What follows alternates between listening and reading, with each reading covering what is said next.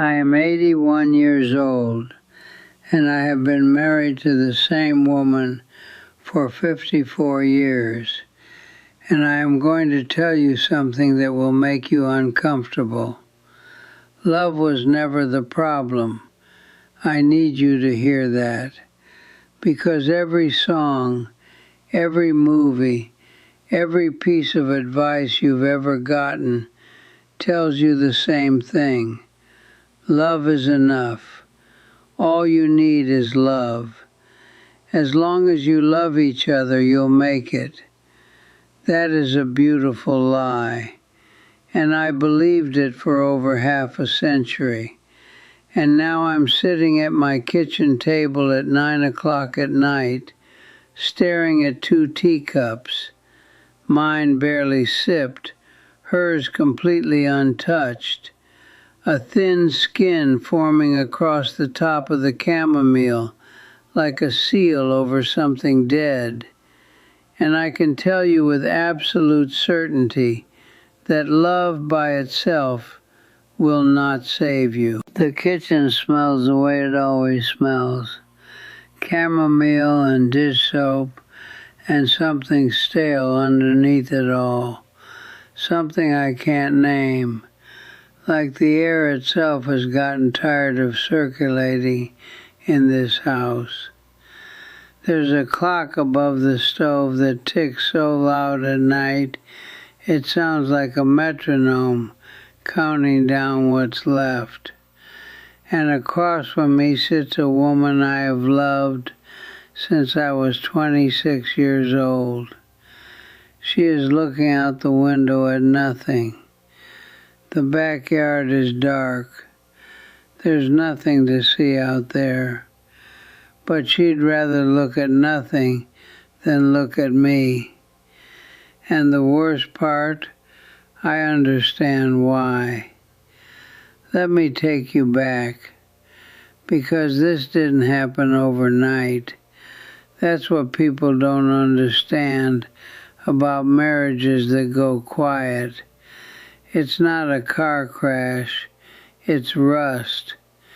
You don't notice it until the whole frame is gone. When we were young, we were ridiculous, the good kind of ridiculous.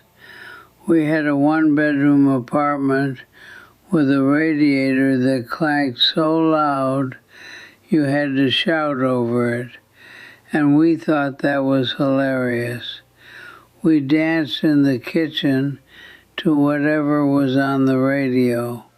She'd put her hand flat on my chest while we swayed, and I could feel her palm warm through my shirt, and I thought, this is it. This is the whole thing. I have this, and I don't need anything else. She laughed with her whole body back then. Not a polite laugh. A laugh that bent her forward and made her grab my arm so she wouldn't fall over. I was the funniest man alive as far as she was concerned, and I thought that would last forever because I didn't understand that it required maintenance. I thought love was a destination. It's not. It's a road you have to keep walking or the weeds swallow it. The lie I told myself was simple. As long as I stay, we're fine. I never left. I never cheated. I never raised my voice. I never drank too much or gambled or disappeared. And I wore that like a medal. Like those things made me a great husband. But not doing bad things is not the same as doing good things. Staying in the room is not the same as being present in it. She tried to tell me. Year 8, she sat me down and said she felt alone. I said, "What are you talking about? I'm right here." Year 15, She asked if we could go away somewhere, just the two of us, and talk. I said, talk about what? We talk every day. We didn't. We exchanged information.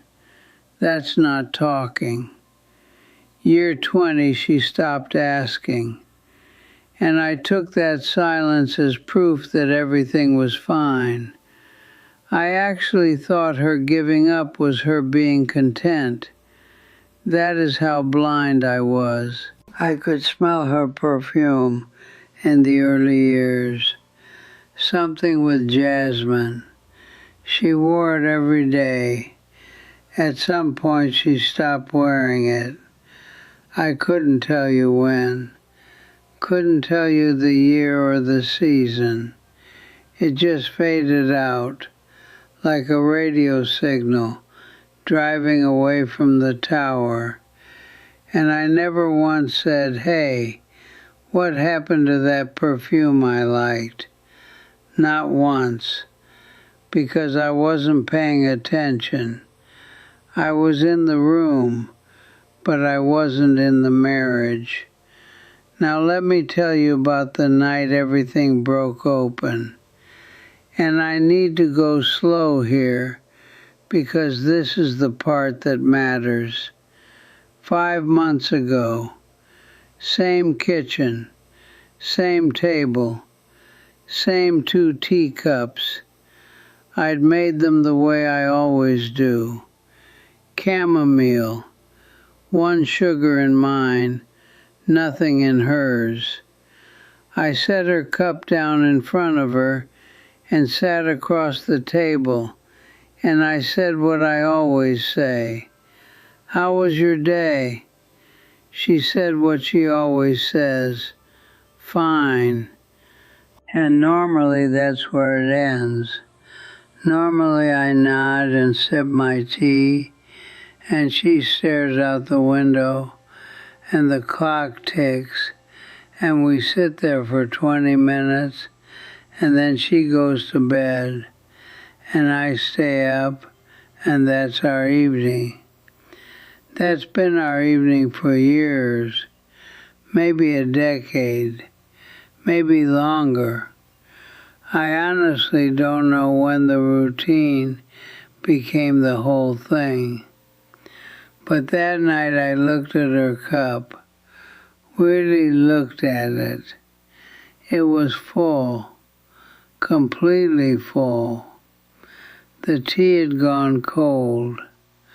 There was that skin on the surface, that thin film that chamomile gets when it's been sitting too long.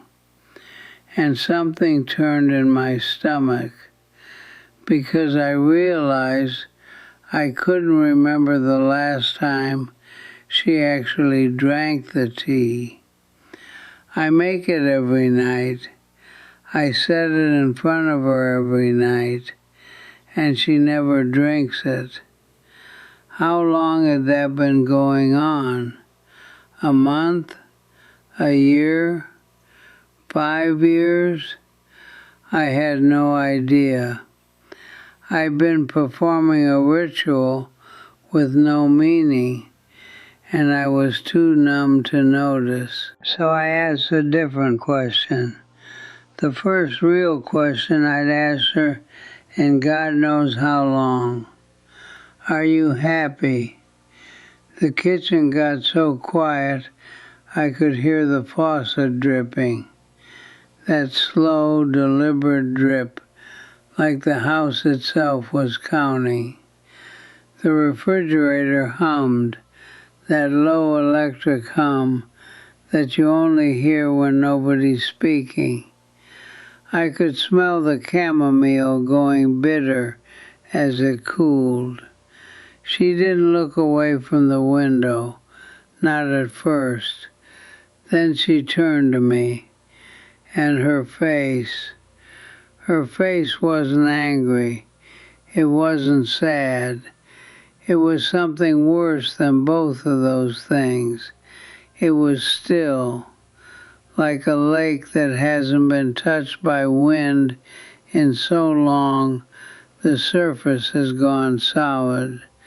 She looked at me the way you look at a piece of furniture you've been meaning to move but never got around to. And she said, I stopped asking myself that a long time ago, Frank. That was it. No yelling, no tears, no accusations, just 9 words in a voice so flat and so tired it didn't even sound like a complaint. It sounded like a weather report, like she was telling me it was cloudy, a fact, an old fact, something she'd known for years that I was just now hearing for the first time. I sat there and I looked at her face, the face I'd looked at 10,000 mornings, and I realized I was looking at a stranger who kept my last name. I didn't know what she needed. I didn't know what she dreamed about. I didn't know if she was lonely or resigned or angry or all 3. I didn't know because I never asked. And she stopped trying to tell me, and the silence between us wasn't peace. It was scar tissue. That was 5 months ago, and every night since I make the tea. Same 2 mugs, same chamomile. I set hers down in front of her, and I sit across the table and I watch her not drink it. It has become something I can't stop doing, like picking at a wound. I keep thinking tonight will be different. Tonight she'll lift the cup. Tonight she'll take a sip, and it'll mean something shifted. It never does.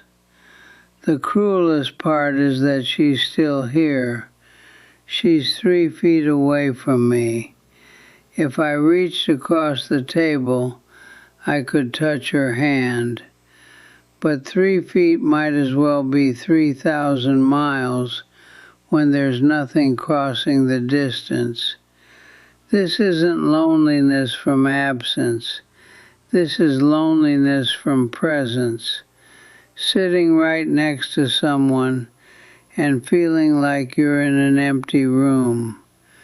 That is a specific kind of pain I would not wish on anyone. I heard her laughing last Tuesday on the phone with her sister. A real laugh, that full body laugh I hadn't heard in years. She still has it. She still has joy in her. Just not with me. Not at this table. Not over these teacups. I'm the place where her laughter goes to die. And I built that place, brick by brick, with every I'm right here I said, instead of actually showing up. After she goes to bed, I sit alone with the 2 cups, one cold, one barely touched. They look like a museum exhibit. Marriage, American, circa 1971. Technically intact, spiritually concluded. Nobody put up a plaque. Nobody gave a eulogy. The thing just died in the middle of a kitchen with the overhead light buzzing and the faucet dripping, and 2 people who loved each other sitting close enough to touch and choosing not to. Now I'm going to talk to you, and I'm not going to be gentle about it. You think staying is enough? Staying is the bare minimum. A dog stays. Staying doesn't mean you're a good partner. it means you didn't leave.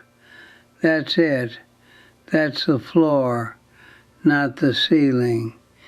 And some of you are down there on the floor right now, proud of yourselves for not walking out, while the person across from you is drowning in a silence you created. You want to know how love dies? It doesn't die in explosions. It doesn't die in affairs or arguments or slammed doors. It dies in teacups that go cold on a kitchen table, while two people sit 3 feet apart and say nothing real. It dies in, "How was your day?" "Fine." It dies in routine that replaces intimacy. It dies so quietly you don't hear it go. So here's what I need you to do. Tonight. Not tomorrow. Not this weekend. Tonight. Go sit with the person you love and ask them something you don't already know the answer to. Not how was your day, not what do you want for dinner. Something real, something that scares you a little, and then shut your mouth and listen. Don't fix, don't defend, don't explain, just listen. Because that is what I should have done in year 8 when she told me she was lonely, and year 15 when she wanted to reconnect, and year 20 when she went quiet. I should have listened. Instead, I just stayed. I'm going to do something right now that I should have done decades ago. I'm going to pick up her teacup, the cold one, the untouched one. I'm going to pour it down the sink, and I'm going to make a fresh one. And I'm going to carry it into the living room where she's sitting with her book. And I'm going to sit down next to her, and I'm going to say something I've never said in 54 years of marriage. Tell me something I don't know about you. And maybe she'll look up, and maybe she'll be startled, and maybe she won't answer. But at least, for the first time in longer than I can remember, I will have reached across the distance instead of sitting in it. 54 years, and I'm just now learning that love is not a thing you have, it's a thing you do, every single day, or it goes cold, just like the tea.